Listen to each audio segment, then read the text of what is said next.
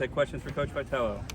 Tony, just what you see from Dollinger on the mound. He was phenomenal. I mean, he's not necessarily built up to go the distance you'll see a starter go come May or even earlier than that. But it's sad that he gave up 3 earned runs in a shorter outing, because I think 11 strikeouts, over 2 strikeouts an inning basically is what he averaged. And the bottom line is he set the tone for the day. It's on our offensive end of the deal that we weren't able to get him a couple runs or break the tie there, so every pitch kind of felt like the game was on the line, even though it was the middle of the game. But his stuff was great, and I look forward to seeing how he progresses throughout the year. Evan, Tony, what can you say about Evan just coming through there in the 5th, kind of a vet coming through when you need it? It was huge, and the guy's so charged up. It's great to be around him at practice and when he's behind the plate. But when we're on offense or you're in the batter's box, you got to have some sort of calm about you. And I think he was just a little too geared up. You saw him out in front of so many pitches last night. But just kind of make an adjustment with 2 strikes and stick his nose on the ball and put it in play. He made good things happen right there. It was another Evan Russell-esque type moment. Yesterday was the new guys in the lineup. They got it done, but today your 4 returning starters were there. What can you say about what Jordan and Drew and Luke and Evan were able to do there in that 6th and 7th inning? Yeah, I mean, I think it's a matter of time before those guys are going to be able to, contribute. And, we need other guys too as well. But those guys are in the lineup, for a reason. They had the experience you're referring to for a reason. They're gifted, but they're also very competitive. So as we go through the highs and lows that are natural with a baseball season, fully expect those guys to be the core of what we got going on. 19 runs in 2 games. Just what are you seeing out of the offense right now? They woke up halfway through the game. Now, Peyton, their starter, did a really good job, and we took some good swings.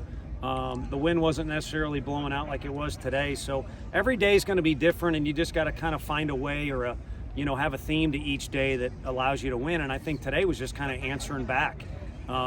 Maybe they woke us up by punching us in the mouth a little bit, but whatever it was, they stayed the course with steady, good ABs, pretty much the whole day. Like I said, just not a lot to show for it early on. So if we can keep steady ABs throughout 9 innings of games, there's enough talent in the dugout that we should be able to score some runs. How was Chase's energy going into this game? Just what did you detect from him facing his former team? He looked the same to me, to be honest with you, and I didn't hear anything different out of their dugout. We've now played this team 5 times, and every time they're competitive for 9 innings. They're into it. The guys on the bench are into it.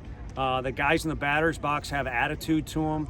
I mean, their coach does a good job, and his resume says so. I don't think they were looking to ratchet it up. I mean, Chase is a hard kid to not like, so I assume he left on relatively good terms. Not my business. And like I said, we were a little late to the party jumping in on him, but we were fortunate enough to win a battle of most SEC teams because I think he's one of the better arms in our league. Well, a couple more for Coach. Coach, what did you see from Ethan Smith out there today? I mean, he came in later on.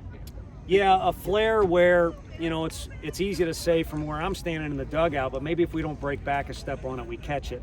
And there's a less hit there, and he's got a chance to have a clean inning. But the bottom line is he's got a really good breaking ball. He showed that a few times and had a presence about him that kind of displays he's got some experience as well. And until we get some guys out there, that's kind of what we're looking for. Have you had a decision for tomorrow? No, haven't. I'll get with Coach Anderson before we do anything, but that was kind of the goal, was just to win last night's game, and then we knew Chase was going to be available. That was kind of what we were thinking. So we'll get together and make a decision before the night's out. Being able to battle back through adversity today, what do you think that helps you guys later on down the line? I think you want to build your own resume as a team. I think, as we talked about earlier, there's guys with experience on this team, and they've been a part of comeback wins or close wins or road wins and things like that. But as a team, you want to kind of start to build a resume throughout the year of, hey, we've done this or we've been here before. So I think we'd like to call it a staple of the program, but this is the 2022 team, and this will be the first win where, kind of you're referring to, they had to bounce back a little bit. You let Chase go a little bit longer than Burns last night. Any reason beyond you just feeling it? I just thought I think our pitching coach might smack me when I get back into the locker room, because we probably should have had someone ready earlier, but he kind of coaxed me into thinking, he was ready to go maybe 7 innings because the ball was coming out so good. And who knows if he's facing a different hitter or throws one pitch different to their leadoff hitter. He gets out of it and goes maybe a little bit deeper. But, man, those guys battle their butts off against him, in the innings prior to and then that inning in particular. So, he wore down, but he got past where we really anticipated him going. Thanks, Coach. Thank you.